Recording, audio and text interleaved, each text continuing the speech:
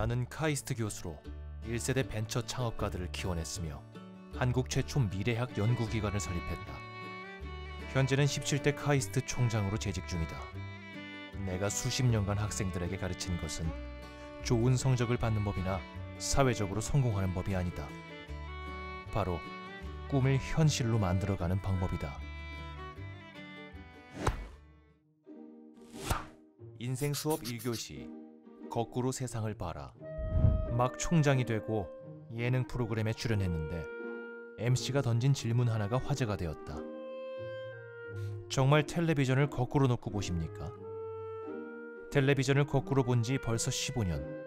이제는 아무렇지도 않게 거꾸로 된 화면을 잘 본다. 심지어 빠르게 지나가는 자막을 한 글자도 놓치지 않는다. 학교 행정을 맡고 1년쯤 지난 어느 날 매일 비슷한 말, 똑같은 일을 되풀이하고 있다는 생각이 들었다. 뇌가 점점 굳어지고 있다는 위기감을 처음 느낀 순간이었다. 어떻게 이 위기를 극복할 수 있을까? 이런 생각에 빠져 있는데 텔레비전이 눈에 들어왔다. 시험 삼아 텔레비전을 180도 뒤집어 놓고 시청해봤다. 텔레비전 속 세상은 위아래가 전부 바뀌어 있었다. 뒤집힌 세상을 계속 보면 뇌도 그만큼 유연해질 터. 나는 그 즉시 텔레비전을 거꾸로 설치해버렸다. 처음에는 텔레비전을 거꾸로 놓고 보는 게 힘이 들었다. 그러기를 몇 달. 도통 알아볼 수 없던 사물이 눈에 들어왔고 글자들도 어느 틈엔가 자연스럽게 읽히기 시작했다. 나는 텔레비전뿐 아니라 문서도 종종 거꾸로 읽는다. 희한하게도 같은 내용도 거꾸로 놓고 보면 새로운 아이디어가 더 잘 떠오른다. 내 집무실의 카이스트 조직도도 거꾸로 놓여 있다. 조직도의 가장 아래에 있는 내 이름을 볼 때면 내가 마치 모닥불을 지필 불씨가 된 듯한 기분이 든다. 교수와 학생들의 꿈을 어떻게 불붙게 할 것인지, 그들을 어떻게 섬길 것인지 고민하게 된다. 거꾸로 세상을 보다 보면 이전에는 보이지 않던 새로운 것들을 볼 수 있게 된다. 보는 행위 하나만 바꿔도 사고 전체가 바뀐다. 인생 수업 2교시 세상에 존재하지 않는 것을 떠올려라. 내 강좌 중 아직까지 세간에 오르내리는 수업이 하나 있다. 바로 미존 수업으로 이 세상에 존재하지 않는 것을 논하는 수업이다. 학생들은 이제까지 거론되지 않은 새로운 사물이나 개념에 대해 이야기해야 한다. 황당하고 기상천외할수록 점수가 후하다. 나는 수업 첫 시간에 말했다. 미존 수업에는 한계가 없습니다. 혹시 있다면 오직 우리의 상상력이 한계일 수 있습니다. 만일 상상력이 제대로 발휘되지 않으면 수업 들어올 때 폭탄주 한 잔씩 하고 오세요.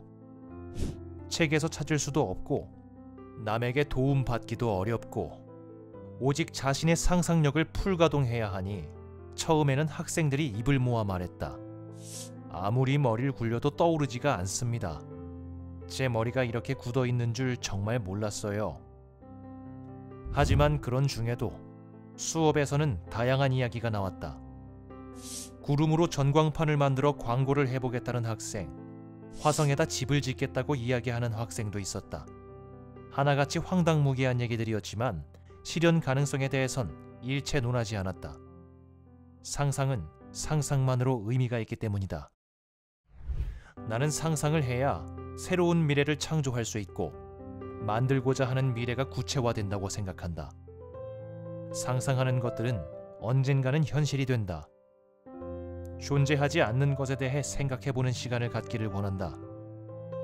어쩌면 그 상상의 세계 안에 우리 각자의 미래상도 숨겨져 있을지 모른다.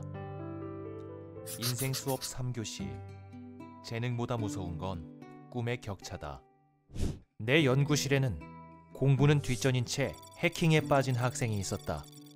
해킹 실력은 최고였지만 학과 공부에는 관심이 없어 졸업을 앞두고 재적 위기에 처했다. 공부 대신 좋아하는 일에 무섭게 몰입하는 걸 지켜봤기에 어떻게든 졸업은 시켜야겠다고 생각했다. 다행히 학생들과 제출한 탄원서 덕분에 재적은 막을 수 있었다. 그가 바로 당시 국내 최고 보안 서비스 업체였던 인젠과 해커스랩의 창립 멤버 김창범이다. 현재 그는 산업용 프린터를 생산하는 회사를 이끌고 있다. 디지털 보안 장비 개발 업체 아이디스를 설립한 김영달은 하드웨어와 소프트웨어에 모두 관심이 많은 학생이었다.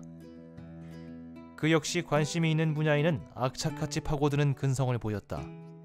나는 학생들이 하고 싶은 것을 하도록 두었는데 그런 내 교육 방식을 보며 주변에서는 걱정 어린 소리를 했다.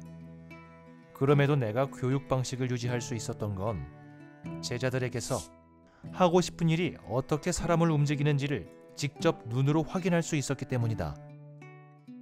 그래서 나는 입학식에서 학생들에게 이렇게 말했다. 가슴이 뛰는 꿈을 찾았으면 휴학을 하고 그 길로 나가도 됩니다. 그리고 10년, 20년 후에 돌아와도 돼요. 하는 일이 너무 재미있으면 돌아오지 않아도 됩니다. 문제는 꿈이 없다고 말하는 학생들이 많다는 것이다. 꿈은 앉아서 고민만 한다고 찾아지지 않는다. 꿈을 찾기 위해서는 어느 정도 노력을 기울여야 한다. 미지의 보물섬을 탐험하듯 설레는 마음으로 꿈을 찾아보자. 아직 발견되지 못한 꿈이 기다리고 있다는 걸 기억하면서 꿈을 키워주는 사람 이광영 총장의 12번의 인생 수업. 우리는 모두 각자의 별에서 빛난다. 이 콘텐츠가 도움이 되었다면 구독과 좋아요를 눌러주세요.